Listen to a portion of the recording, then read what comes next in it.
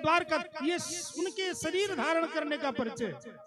पर वो तो नाना प्रकार के शरीरों को धारण करते हैं।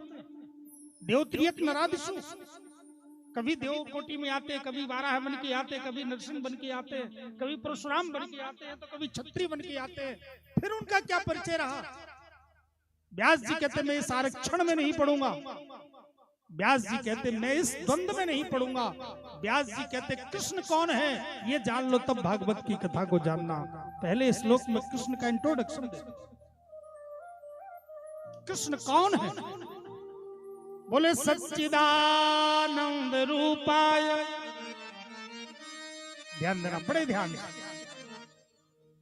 सच्चिदानंद रूपाय, ये कृष्ण का परिचय है, वास्तविक परिचय। कौन है कृष्ण? कौन है? बोले सत्य स्वरूप।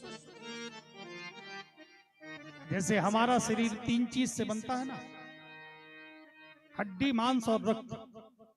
चाहे पंडित जी हो, चाहे गुप्ता जी हो, चाहे ठाकुर साहब हो, चाहे कोई भी हो, चाहे कलेक्टर हो, चाहे प्रधानमंत्री हो, चाहे गुरु जी हो, कोई भी हो, सबका शरीर किससे बनता है? हड्डी, मांस और रक्त से। सभी के शरीर में 3 चीजें ही मिलेंगी। बात अलग, किसी के गोरा पैंट हो गया, किसी में काला पैंट हो गया, किसी में मिक्सचर हो गया, ऊपर की डेंटिंग पेंटिंग अलग हो सकती है, लेकिन अंदर स्ट्रक्चर एक ही।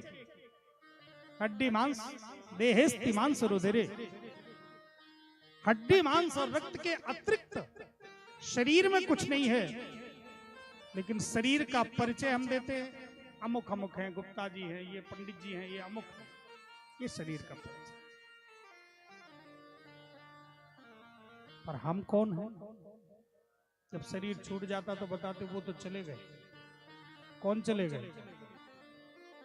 बोले वो चले गए, आज चले गए, वो छोड़ दिए शरीर। तो वो कोई रहे होंगे तब तो हम उनको कहते को शरीर छोड़ दिया उन्होंने, वो ऊपर चले गए, स्वर्गवासी हो गए हैं? उनकी आत्मा को शांति मिले। वो कौन है? वही हम है।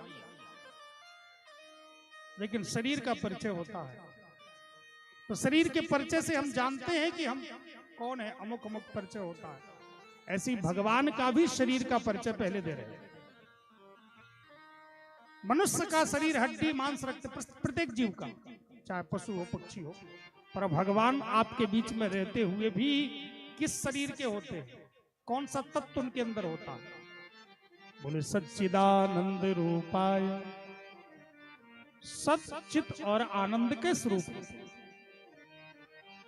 कोई अगर सोने का हाथी बना के आपके सामने खड़ा कर दे और पूछे भैया ये हाथी का क्या है आगे का, आप कहोगे सूंड है। ये क्या है? बोले पेट है। ये क्या है? बोले पूंछ है। आप सब कुछ कहेंगे कि नहीं कहेंगे? लेकिन आप चाहे उसका पेट पकड़ो, चाहे हाथ पकड़ो, चाहे पूंछ पकड़ो, सोने के अतिरिक्त कुछ नहीं हो, सोना ही सोना हो। शक्कर का हाथी आपको कोई दे देवे और कहे इसको हाथी को खा जाओ, हाथी की सूंड खाओगे तो भी मीठी लगेगी, पूंछ खाओगे तो भी मीठी लगेगी, पेट खाओगे तो भी मीठा लगेगा। क्यों? क्योंकि वो शक्कर ही शक्कर का बना हुआ है। लगेगा कि मीठा नहीं? ऐसे ही हमारे सबके बीच में रहते हुए, सबके साथ कबड्डी खेलते हुए, सबके साथ हंसी करते हुए, सबके साथ महाराज करते हुए, सबके बीच में रहते हुए भी कृष्ण हड्डी मांस रक्त के नहीं बने होते हैं। व्यास जी कहते हैं उनका जो स्वरूप होता है, हम सबके बीच में रहते हैं, लेकिन वो केवल सत्य, चिद और आनंद के स्वरूप।